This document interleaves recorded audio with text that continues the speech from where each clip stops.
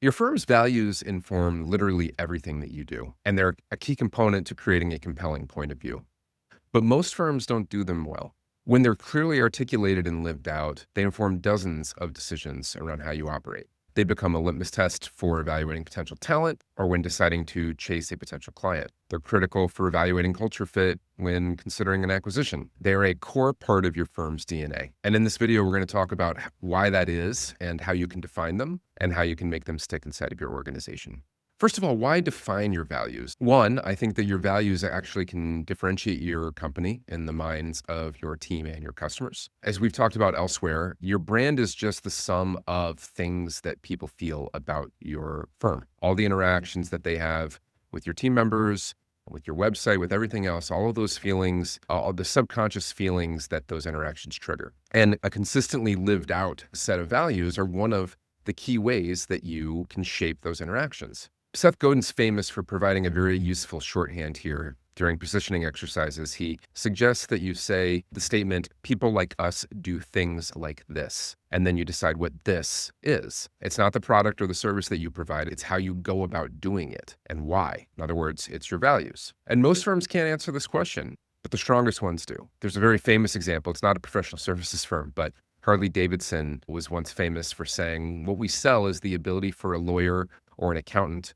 to walk into a room and have people be afraid of them. It is not motorcycles. That is a feeling. That is a bundle of associations. And I think that you have the ability, if you choose, to do the same thing or a very similar kind of thing with your firm. Number two, strong values can help as a filter for evaluating talent. In a lot of firms, the skills that you teach are fungible, right? Like you can teach somebody to do the job well, but it's much harder to instill the appropriate values. And we often recommend as a first step having a values screen so that we avoid wasting time interviewing candidates that may have the right work experience, but they lack in values alignment. And in many cases, team members who are capable, but who have different values than we do, end up causing more problems for the firm than they're worth. They can poison the well for other team members. They can create a mismatch in associations with your potential clients, and it's just worth avoiding. And then lastly, having strong values can help you make strategic decisions. So things like partnering with other firms, making acquisitions, deciding which customer segments to expand into, all of these can be examined through the lens of your values. Even your service offerings can be evaluated this way. So for example, if craftsmanship is a value of yours, it is unlikely that you will have the cheapest service. Values can be a useful litmus test for all kinds of things. So why do values not typically work, or why do they not typically stick inside of firms? There's a couple of reasons for that. First, they don't actually have real values. At some point, they maybe tried to create some, but if they asked 10 people in the firm, I bet they would probably get 10 different answers. I bet the folks wouldn't even remember what those values were. And there's a couple of reasons for this. First, the values are too vanilla. They round off the edges in a committee to try to make them appeal to everybody. And the problem when you try to do things in a committee is that you take all the edge off of them. Everything feels like a little bit of risk, right? And anything that has a little bit of teeth to it or that puts a stake in the ground, people walk away from. And so the impact of those values is neutered. Nobody remembers them. One exercise that's really helpful for this is if you put your values up on the screen or on a board, and then you swap your name with a competitor's name, does it still make sense? And if that's true, then you probably still have some work to do. And often what happens is the values that people choose are just table stakes values. So quality or friendliness or whatever. Values should be strong. They should stop people in their tracks. They should be a bit like a sledgehammer and communicated in a tone of voice that's consistent with your firm's brand, which we talk about in other videos. But they should have a point of view about the world, the way that the world works. And so if you already have a set of values, try to ask yourself what would make them have a little bit more kick-ass to them. So you don't value customer service, you value customer delight. You don't value quality, you value flawless execution. You don't value friendliness, you value joy. Instead of efficiency, you're obsessed with getting 1% better every day. Instead of customer relationships, you hug your customers, right? So take the values that you've written down and see if you can add a little bit of punch to them or take them all the way to the edge. Mistake number two is not making them concrete. I believe that our values ultimately manifest themselves in action. And if you do not take the actions that are evidence of that value, you have to ask yourself whether or not you actually have that value in the first place. And so in order for your team to live that out though, because companies don't have values, the people that are taking action within the firm That is ultimately how you manifest the existence of those values, right? So we have found it very helpful to state in very concrete terms what the implications are. What are the things that we do because we have this value? What are the things that we don't do because we have this value? And these can be big things like the way that you choose the kinds of clients that you choose to work with or the partnerships that you pursue. But most of them can be small things like the way that you answer the phone, the way that you conduct meetings, the way you present yourself. And it's okay if you don't have a lot of these to start with. I think create a living document that evolves over time. And as you see examples in your firm, add to the document. As you see examples outside of the firm that you think would be worth emulating, add that to the document. And just by doing this, you give your team some mental models, some hooks that they can glom onto to actually make it more real. And then mistake number 3 is not taking it seriously when hiring. Again, the people that you hire are going to have a disproportionate impact on whether or not the values that you say that you have are lived out in front of your clients. And so I don't think that your values are ultimately what you put on that slide deck or on that plaque on your wall.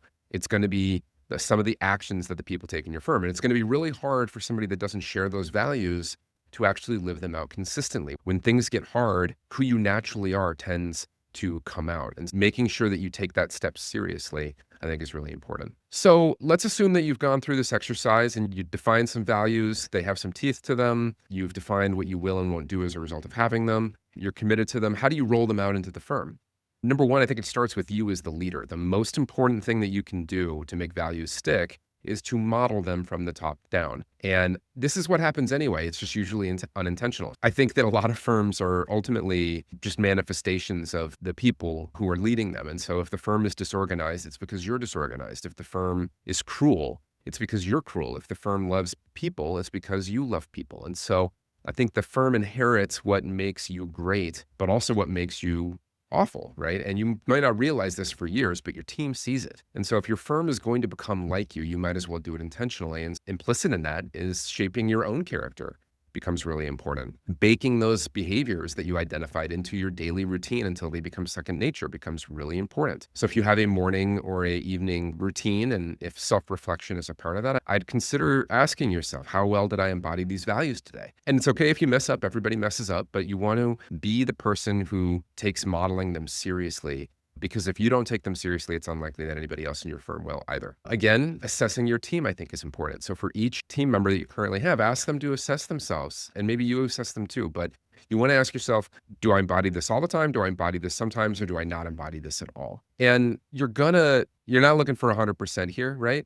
You can create goals to be better at embodying them. I do believe that you can shape values. They just take time. And if they're not starting from zero, that's a lot easier. Ask them to be honest. Do they not embody any of them? Are they antagonistic to them? Do they fundamentally disagree with them? And if that's true, then you probably want to counsel them out of the firm, right? People, again, who don't share your values are going to create stress and friction, right? And it doesn't mean that they're bad people. I don't believe that the set of 5 values that you choose for your firm are the right set of values. I don't necessarily think that there is such a thing. There's just what's right for your firm, right? They are a manifestation of how you want to show up in the world, and not everybody has to agree, and that's totally okay. And if you choose values that are strong and opinionated, it's very likely that there's going to be people that aren't aligned with that. That doesn't all have to happen in like a week, right? If a third of your firm has 0 value alignment, then that can be a gradual process, right? But I do think it's important to take that seriously. And then I think it's important to create some sort of cadence for accountability. If you just share the values, but then you rely on them entirely to implement them, it's going to be a lot less likely to work. And so I think that there's some things that you can do. Like you could create a weekly automated email or post in your group chat platform if you have one, asking your team to reflect on ways in which they've embodied those values in the last week. And I just think just reminding people and making them conscious of it, I think can be a helpful exercise in and of itself. I think in all of your all hands meetings, you could take a couple of minutes to remind everybody what the values are, maybe call out examples of where you saw them lived out, people who are embodying them well. I think you could create an annual training where you do a deep dive into them. And then I think you can make it part of your review process, potentially make it part of their compensation, make it part of promotion decisions. And then lastly, it's much easier to train for skills than it is for values, like we said. So you want to maybe make value alignment a priority in your hiring process, which can be a little bit hard because if you ask somebody point blank if they resonate with a particular value, they're going to probably say yes, right? They're looking for a job. They don't want to sound difficult. So one mechanism for doing this is to actually ask people value pair questions. So again, the values aren't wrong. There's no such thing as good values or bad values necessarily.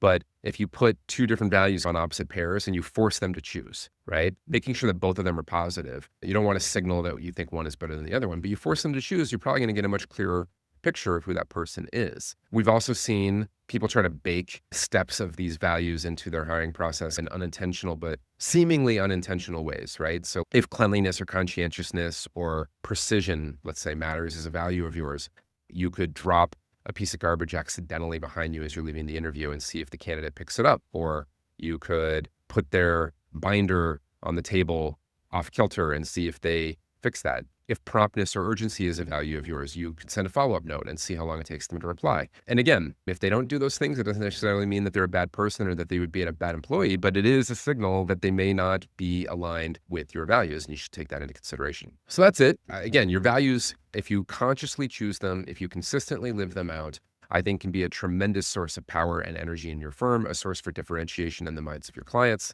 They tell the world what you stand for. They tell people the dent that you're trying to make in the universe. As a result of that, I think they attract your ideal clients. They attract better talent. And I think that they help you create a firm that you can be proud of.